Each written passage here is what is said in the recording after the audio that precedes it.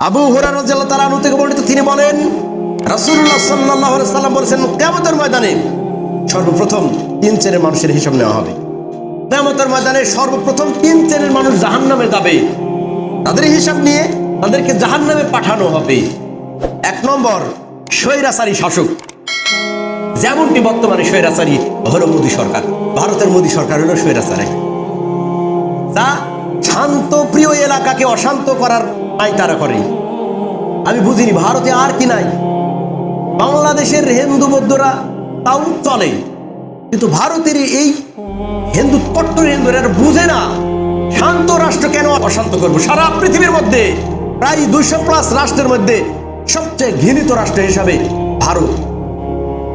গবেষণার আলোকে গবেষকেরা বলতেছে বর্তমান নিন্দিত একটি রাষ্ট্র হলো ভারত, যা মানুষের হক নষ্ট করছে,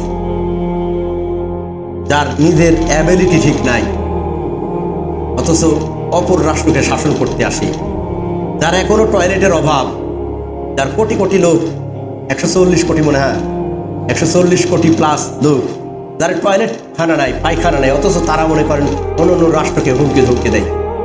এগুলো আসলে মানুষ আর খায় না। আমি কষ্ট পাচ্ছি এ কারণে, আজ থেকে প্রায় গত সপ্তাহে 13 বছরের একটা নাবালিকা, একটি বোন, একটা মুসলিম বোন, একটা গাড়ি ভ্যানে কি অটোতে চড়ে যাচ্ছে একা, ড্রাইভার হিন্দু, সে কতখানি কঠোরপন্থী হলে এরকম করতে পারে। ওই নাবালিকা ওই বোনটাকে নিয়েতে সে হোটেলে বিক্রয় করে দেয়। প্রায় 30 জনের অধিক পুরুষেরা বোনটার সাথে অবৈধভাবে মিলামেশা করে হোটেলে। বোন তো এদের গত 2 দিন আগেই ইন্তেকাল করেছেন। ইন্না লিল্লাহি ওয়া ইন্না ইলাইহি রাজিউন। আপনি ভাবতে পেরেছেন ভারতে আজ মুসলিম নিধন করা হচ্ছে, তাদের ইজ্জতের কোনো দাম নেই, তাদের কাছে তাদের জীবনের কোনো দাম নেই, অর্থ সম্পদের কোনো দাম নেই। বিনা নোটিশে মসজিদগুলো ভেঙে দেওয়া হচ্ছে এবং খ্রিস্টানদের গির্জাগুলো ভেঙে দেওয়া হচ্ছে।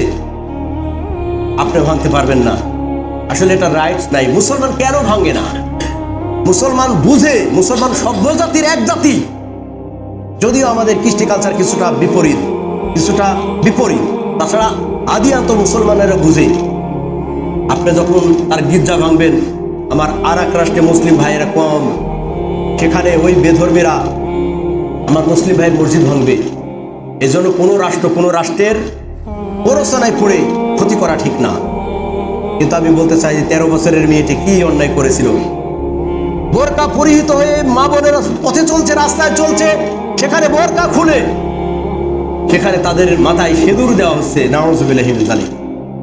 সিঁদুর ঘুষে দেওয়া হচ্ছে, গরুর গোবর এবং গরুর চানাগুলো খাওয়ানো হচ্ছে।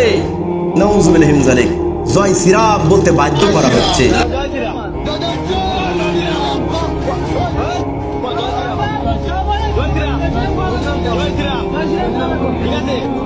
ছোট ছোট বালক শিশু, তাদের কোনো পাপ নেই, অবুঝ শিশু, তাদেরকে ধরে গলা চিপে ধরছে, বৃদ্ধদের গলা চিপে ধরছে, গলায় ধাক্কা দিচ্ছে, কেউ বলার নেই।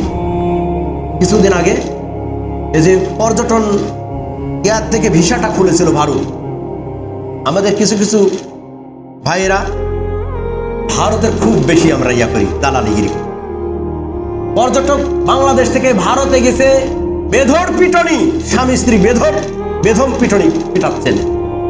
খান, এই পিটানি খাওয়া কি আপনার জন্য শুভনীয় ছিল? কাল বুঝেন না?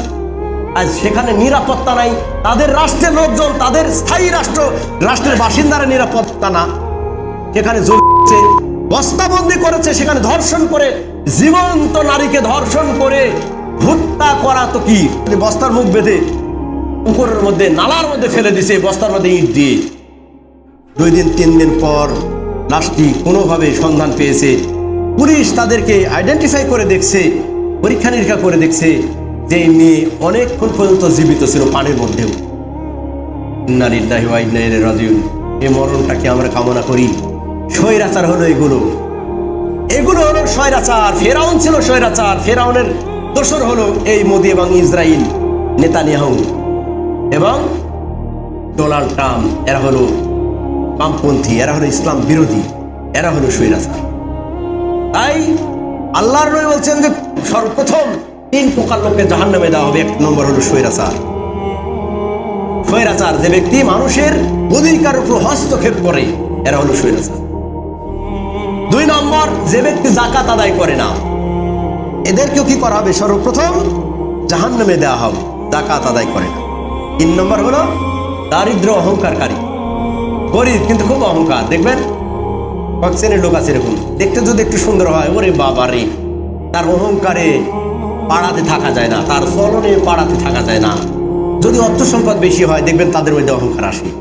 হুট করে বড় লোক হলে দেখবেন যে তাদের মধ্যে অহংকার চলে আসে না এরকম? অর্থ সম্পদশালী যাদের আছে তারা দেখবেন যে অধিকাংশ ক্ষেত্রে অহংকারী হয়ে ওঠে। এরকম অহংকার হওয়া যাবে না। এই অহংকারীরাই প্রথমে জাহান্নামে যাবে।